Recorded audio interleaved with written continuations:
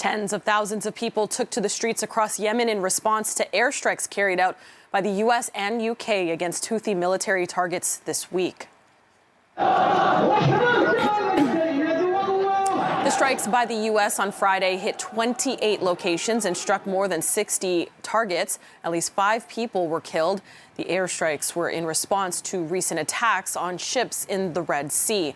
U.S. President Biden has already told the Houthis that there could be even more retaliatory strikes. And despite the warnings, Houthi rebels have indicated they do not plan on ending their attacks on Israeli ships in the Red Sea.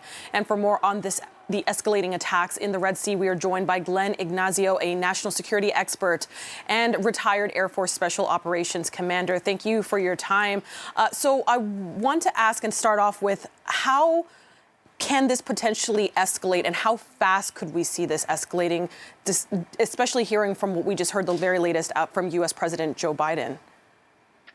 Yeah, first of all, I think that the strikes that were done by U.S. and U.K. have diminished the capabilities of some of these maritime attacks by the Houthis. And in fact, our evening last night, there was a unilateral strike of U.S. taking out a radar facility. So that's good as far as taking care of the Houthis and their strikes against the maritime. But one of the things that this can do, okay, and Iran is behind this and very good at this, is galvanizing Hamas, Hezbollah, the Houthis, and any of the other factions in Iraq and Syria together against us. And that's our coalition. So that's one of the ways that this can spill over. It has sort of spilled over from the Israeli conflict because we've seen these attacks against ships, actually against U.S. naval ships and U.K. naval ships. Glenn, we know that right now, of course, this is essentially very unsettling times at the moment. So for Canada and other countries that are watching this unfold, how are they keeping a close eye on what's happening right now? Yeah, right now it's a monitoring after these particular strikes to try to diminish what the Houthis had for capabilities. The next thing is, what are they going to do? Mm-hmm. So not too long after that particular strike, they launched a missile at a ship, completely missed it. It was sort of just maybe a saving face kind of thing. But it's really to watch what they're going to do now, because their military force, or at least their supplies, have been diminished a little bit. I think you're going to see more things happen where they've been calling for protests and attacks against Israeli and others in places like Sweden and around the world. And I think that they may be striking back in a terrorist type of activity around the world versus the area of the Red Sea. So it's really going to be something we have to watch here in the coming days. Certainly, and especially with the Houthis indicating that they do not plan to retaliate or essentially back down. What could we see next, potentially coming from U.S. President Joe Biden and the U.S.?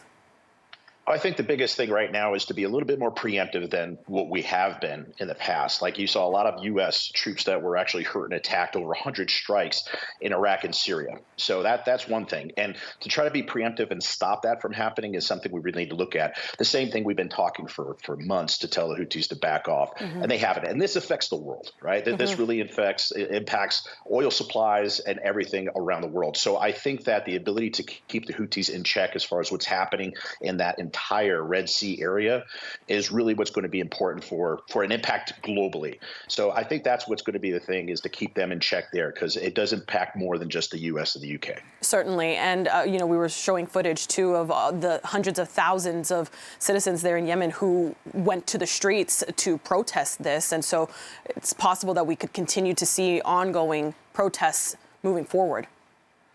Yes, you're absolutely right. In fact, some of the protesters actually there in Yemen, it says, strike Yemen, expect war in the streets of London. And that's the thing where I think that's one of the biggest concerns we have to watch out for, is those type of terrorist strikes.